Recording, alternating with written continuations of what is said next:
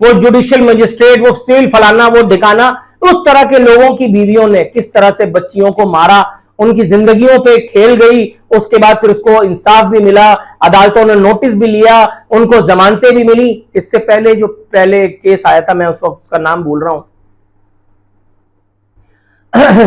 اس case میں بھی عدالتوں نے اپنے آزاد ہونے کا انورٹڈ کاماز میں ثبوت دیا تھا۔ ابھی تھوڑے عرصے پہلے جو کیس ہوا ہے اس میں بھی آپ نے دیکھا کہ اس مجسٹریٹ کو جو ہے وہ میرا خیال ہے شاید وہ ایس ڈی وغیرہ بنا کر کے تھوڑے عرصے کے لیے اس کو شٹ اپ کرا دیا ہے، اس کے بعد پھر اس کو آزادی عدلیہ کے نام پر جو ہے وہ کھل کھیلنے کے لیے کھلے مست سانڈ کی طرح چھوڑ دیا جائے گا۔ پاکستانی عدلیہ کا زوال اگر آپ شروع کریں تو وہ کانا دجال جو ہے افتخار چودھری، ایک آنکھ کا سور، اس زمانے سے شروع ہوا، اور اس کے بعد ثاقب نثار، وہ اس سے بڑا منحوس، اس سے بڑا مادرزاد، اس سے بڑا ملعون، اس کے بعد آصف سعید کھوسا، اس کے بعد پھر ہم دیکھیں تو گلزاری لال کا نام اس میں شامل ہے۔ لیکن اگر ہم مجموعی طور پہ آج کل کی بات کر لیں تو جسٹس عمر عطا بندیال صاحب رحمت اللہ علیہ نے ان تمام ملعونوں کو پیچھے چھوڑ کر کے اور تاریخ میں اپنا نام کالے اکشروں سے ایسا لکھوایا ہے کہ ان کے جانے کے بعد بھی کئی صدیوں تک ان کے کارنامے وکلا بننے کے خواہش مندوں کو پڑھائے جاتے رہیں گے، اور ان کو بتایا جاتا رہے گا کہ بیٹا اگر یہ سب کرے گا تو ذہن میں رکھنا پھر تیرے ساتھ کیا ہوگا۔ پاکستان میں سب سے زیادہ سیاست ہوئی مشرف کے دور میں، کالے کوٹ والوں نے یہ سیاست کا آغاز کیا، چیف تیرے جانثار بے شمار بے شمار، اور اس کے بعد انہی نعروں کو میں نے بدلتے سنا، اپنی آنکھوں سے دیکھا، چیف تیری بیٹی کے یار بے شمار بے شمار۔ معاذ اللہ، کھل کر کے بات کر رہا ہوں، یہ میرا اپنا نعرہ کردہ نہیں ہے، یہ نعرہ اسی دور میں، یہ نعرہ مشرف دور کے بعد ثاقب ناصور کے دور میں یہ نعرہ ثاقب نثار کے اوپوننٹ گروپس لگایا کرتے تھے ثاقب نثار کی شان میں۔ پاکستان میں صرف ایک ادارہ ہے جسے کھلے عام سیاست کرنے کی اجازت ہے، اور وہ ہے عدلیہ۔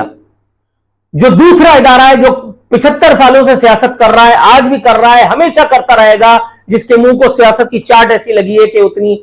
سیاستدانوں کے بس کی بات بھی نہیں ہے، وہ ہے ہماری ملٹری، ہماری اسٹیبلشمنٹ۔ لیکن وہ بھی اتنا کھل کھلا کر کے نہیں کرتے جتنا میری کیلکولیشن بتاتی ہے، میں بھی کمپلیٹلی رانگ، اور آپ کا میری رائے سے اتفاق کرنا ضروری بھی نہیں ہے۔ وہ بھی کہیں نہ کہیں شاید تھوڑا سا بچا کر کے کہ اس کو پکڑ لو، اس کو لے جاؤ، فلانا کر دو، ٹھکانا کر دو، لیکن کھل کھلا کر کے اب سامنے نہیں آتے، کیونکہ اقوام یورپ کا وہ جو ہمارے مائی باپ ہیں، ابھی آپ نے کل دیکھا، پرسوں اقوام یورپ نے کس طرح سے پاکستان کو دھمکی دی ہے کہ اگر فروری تک انتخابات نہیں کرائے تو تمہارا بائیکاٹ کر دیں گے اور تم سے تعلقات میں کمی کر دیں گے۔ اور ہمارے یہ لوگ،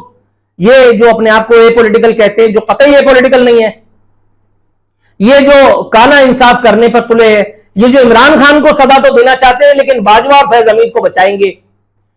یہ اس کی بات مانیں گے اور بالکل مانیں گے۔ آج کے اخبار میں ہے، آپ دیکھ لیجئے، اللہ معاف کرے، میں نے اخبار کی تو خیر جنازہ ہی نکال دیا تھا، لیکن بہرحال میں چلو ابھی آپ کو ایک بڑی اچھی سی خبر سناتا ہوں۔ کہاں گیا بھیا؟ یہ دیکھو، ایک اور خبر میں نے نکالی تھی، لیکن چلو اس خبر کو مارو گولی، یہ خبر میں آپ کو دکھاتا ہوں۔ بھائی جان یہ پڑھیے، چیئرمین پی ٹی آئی کی جیل میں دیسی مرغ، دیسی گھی میں پکے مٹن اور پھلوں سے تواضع، صبح شام چہل قدمی کی اجازت، ذہنی تناؤ کم کرنے کی دوا، ایل ای ڈی، اخبار یا کولر، صفائی اور کپڑے دھونے کے لیے ورکر میسر، لڑکی، چٹائی اور باقی سامان وہ خود سے لائے۔ یہ خبر پڑھنا بھیا ذرا، پاکستان کا سیکنڈ لارجسٹ اردو ڈیلی، یہ خبر آپ پڑھ رہے ہیں، اور یہ بندیالی کورٹس کا کارنامہ ہے، یہ بندیالی کورٹس کا کارنامہ ہے، یہ اقوام یورپ کی مہربانی کے سبب ہماری کانی اسٹیبلشمنٹ جو ہے اس کو سرنڈر کرنا پڑا۔ اس کی صرف اتنی سنی جا رہی ہے پاکستانی اسٹیبلشمنٹ کی کہ عمران خان جیل سے باہر نہیں آیا۔ ابھی بھی آپ اگر دیکھ لیجئے تو وہ لوگ جو صبح سے آرزو کیے بیٹھے ہیں کہ عمران خان رہا ہو گئے، عمران خان کی سزا معطل ہو گئی، عمران خان کو پہلے ہی سائفر کیس میں پھنسا رکھا ہے۔ آج ابھی تھوڑی دیر پہلے میں جب یہ سیشن کر رہا تھا، اس سے پہلے میری کسی انتہائی اہم شخصیت سے گفتگو ہو رہی تھی، تو میں نے اس سے کہا، میں نے کہا سر ایک بات ذہن میں رکھیے گا، عمران خان پاکستانی عدالتوں کا نہیں، پاکستانی اسٹیبلشمنٹ کا قیدی ہے، اور پاکستانی اسٹیبلشمنٹ کا قیدی کو زمین پناہ دیتی ہے نہ آسمان۔ پاکستانی اسٹیبلشمنٹ کے قیدی کو زمین میں 6 فٹ بلکہ کئی فٹ نیچے جانا پڑتا ہے، جیسے ذوالفقار علی بھٹو گیا۔ یہ الگ بات ہے کہ عمران خان کی مونچھ کا بال بھی یہ نہیں تو ہو پائیں گے، یہ الگ بات کہ یہ عمران خان کو صرف جیل میں ہی رکھ کر کے اور اس کو اذیت سو کالڈ دینے کی کوشش کریں گے۔ لیکن ابھی دیکھ لو، میں نے جیسا کہ آپ کو بتایا، عمران خان کو صرف لڑکی، کوکین اور شراب یہ نہیں دی گئی ہے اسے خبر کے مطابق، لیکن درون خانہ اگر وہ بھی دی جا رہی ہو تو بھی کوئی بعید نہیں. پاکستانی اسٹیبلشمنٹ ظاہر ہے کہ امریکہ کے سامنے تو بہرحال اس کو منہ دینا ہے نا، ان کو بھی تو کوئی نہ کوئی فیس سیونگ اپنی چاہیے. سائفر کیس میں عمران خان کو پہلے سے پھنسا رکھا ہے، اس لیے عمران خان جو ہے وہ رہا نہیں ہوگا. عمران خان کی رہائی اتنی ہی مشکل ہے جتنی بندیالی کورٹ سے پاکستانی عدلیہ سے انصاف کی توقع. پاکستان میں یہ تو ممکن ہے کہ دو خسرے، دو ٹرانسجینڈرز، دو ہجڑے آپس میں شادی کریں اور اس کے بعد 9 مہینے کے بعد ان کی ہم ولادت ہو جائے، لیکن یہ بات قطعی طور پہ ناممکن ہے کہ پاکستان میں پاکستانی عدالتیں، پاکستان میں آئیڈیالوجی آف نظریہ، آئیڈیالوجی آف نیسیسٹی، نظریہ ضرورت کی پیداوار، اس کی محافظ، اس کی علمبردار، اس کی سرخیل، یہ عدالتیں جو پہلے ہی نشان زد ہیں، جن کے عبرتناک کارنامے ہماری نسلوں تک کو شرمندہ کرنے کے لیے کافی ہیں، جو کسی طور بھی اپنی ریٹائرمنٹ کے بعد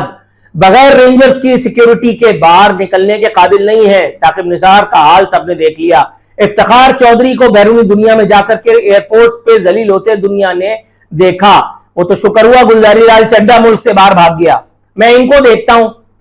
دیکھتا ہوں جسٹس بندیال کو، یہ کون سے بل میں جا کر کے ریٹائرمنٹ کے بعد پناہ لیں گے. ہاں میکسیمم جو آپ کر سکتے ہیں وہ یہ کہ اس ایک سیشن کو، اس ایک یوٹیوب چینل پہ عارفین نامہ پہ کیے گئے پروگرام کو بنیاد بنا کر کے مجھے توہین عدالت کی سزا دے دے، لیکن یاد رکھیے گا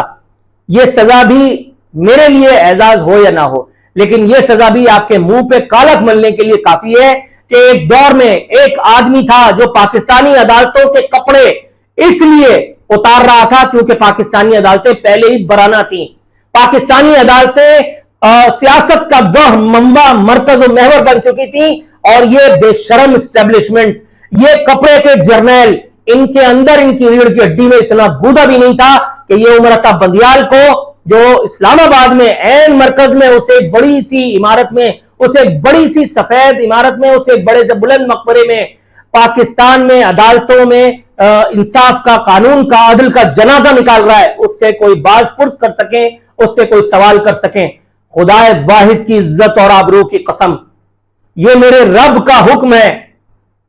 تو میں بات آپ کو بتا رہا ہوں. میں نے ابھی آدھے گھنٹے پہلے کسی سے کہا کہ مجھے صرف آدھے گھنٹے کی چھوٹ مل جائے، مجھے صرف آدھے گھنٹے کے لیے انصاف مل جائے. میں دیکھتا ہوں پاکستان میں عدالتیں انصاف کیسے نہیں کرتی، لیکن مجھے پتا ہے کہ یہ آدھا گھنٹہ میرے نصیب میں، میرے کیا اس ملک کے نصیب میں نہیں ہے. مجھے پتا ہے کہ پاکستان میں یہ پیٹو جرنیل، یہ حریص ججز، یہ بے شرم جو ہے وہ جرنلسٹ، ان کا یہ جو ریکٹ ہے، یہ بے شرم، بے حیا، بے غیرت سیاستدان، ان کا یہ جو مافیا ہے، یہ کبھی بھی اس قسم کا کوئی سنہری کارنامہ کسی نفس کو بھی کرنے کی اجازت نہیں دے گا. تو بہرکیف اسی ایک فیصلے کے ساتھ پاکستانی عدالتوں پر ایک اور کالے رنگ کا کالا سا کوٹ، جس کو کہتے ہیں نا black and white distemper, black and white emulsion, black and white whatever جو اس کو رنگ آپ کہتے ہیں، وہ پھیرنے کا وقت ہو چکا ہے. قالو ان اللہ و انا الیہ راجعون.